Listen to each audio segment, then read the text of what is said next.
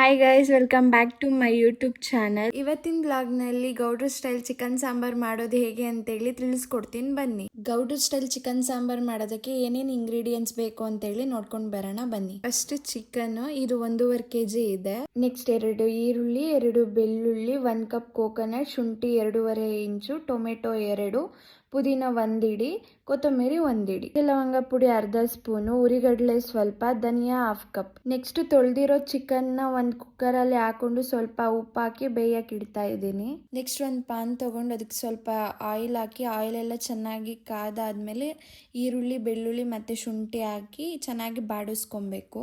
ಈರುಳ್ಳಿ ಸಾಫ್ಟ್ ಆದಮೇಲೆ ಮತ್ತೆ ಹಚ್ಚಿಟ್ಕೊಂಡಿದ್ದು 2 ಟೊಮೆಟೊ ಇತ್ತಲ್ಲ, ಅದು ಹಾಕೊಂಡು ಟೊಮೆಟೊ ಸಾಫ್ಟ್ ಆಗೋವರೆಗೂ ಬಾಡಿಸ್ಕೊಬೇಕು. ನಾನಿಲ್ಲಿ ಖಾರಕ್ಕೆ ಒಣಮೆಣ್ಸಿನ್ಕಾಯಿನ ಯೂಸ್ ಮಾಡಿದ್ದೀನಿ, ಬಟ್ ಇಲ್ಲಿ ಕ್ಲಿಪ್ ಮಿಸ್ ಆಗಿದೆ. ನೀವು ಒಣಮೆಣ್ಸಿನ್ಕಾಯಿನ ಯೂಸ್ ಮಾಡ್ಬೋದು, ಇಲ್ಲ ನಾವು ಒಣಮೆಣ್ಸಿನ್ಕಾಯಿ ಯೂಸ್ ಮಾಡಲ್ಲ ಅನ್ನೋ ಥರ ಇದ್ದರೆ ಚಿಲ್ಲಿ ಪೌಡರ್ನ ಯೂಸ್ ಮಾಡ್ಬೋದು.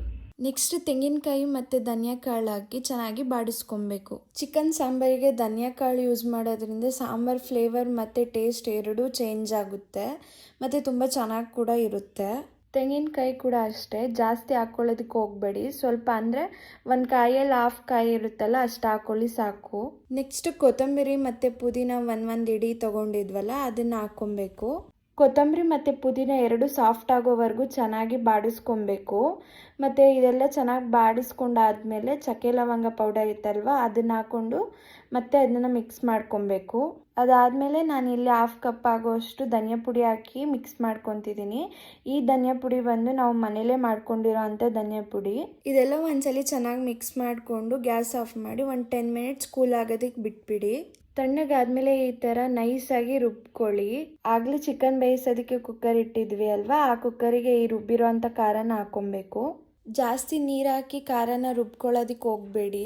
ಚಿಕನ್ ಬೇಯ್ತಾ ನೀರು ಬಿಡುತ್ತೆ ಮತ್ತು ನಾವು ಕೂಡ ನೀರು ಹಾಕ್ತೀವಿ. ಸೊ ಅದರಿಂದ ನೋಡಿಕೊಂಡು ಖಾರಕ್ಕೆ ನೀರು ಹಾಕಿ. ನೆಕ್ಸ್ಟ್ ಆ ರುಬ್ಬಿರೋಂಥ ಖಾರಕ್ಕೆ ಇಷ್ಟು ನೀರು ಹಾಕಿ ಮಿಕ್ಸ್ ಮಾಡ್ಕೊಂಡಿದ್ದೀನಿ ಖಾರನೆಲ್ಲ. ನೀವು ನೋಡ್ಬೋದು ಇಲ್ಲಿ ಸಾಂಬಾರು ಎಷ್ಟು ಗಟ್ಟಿ ಇದೆ ಅಂತ ಹೇಳಿ. ನೆಕ್ಸ್ಟ್ ಒಂದ್ಸಲಿ ರುಚಿನ ಚೆಕ್ ಮಾಡಿಕೊಂಡು ಸ್ವಲ್ಪ ಸಾಲ್ಟ್ ಏನಾದರೂ ಬೇಕು ಅಂದರೆ ಹಾಕ್ಕೊಳ್ಳಿ. ನಾನು ಚಿಕನ್ ಬೇಯಬೇಕಾದ್ರೇ ಸಾಲ್ಟ್ ಹಾಕ್ಕೊಂಡಿದ್ದೆ, ಸೊ ಅದಕ್ಕೆ ಈಗ ಚಿಕನ್ ಬೇಯೋದಕ್ಕೆ ಲಿಡ್ ಮುಚ್ಚಿ ಸ್ವಲ್ಪ ಟೈಮ್ ಬಿಡ್ತಾ ಇದ್ದೀನಿ. ಚಿಕನ್ ಮತ್ತು ಸಾಂಬಾರೆಲ್ಲ ಚೆನ್ನಾಗಿ ಬೆಂದಾದ್ಮೇಲೆ ನೋಡಿ ಈ ಥರ ಕಾಣಿಸ್ತಿದೆ.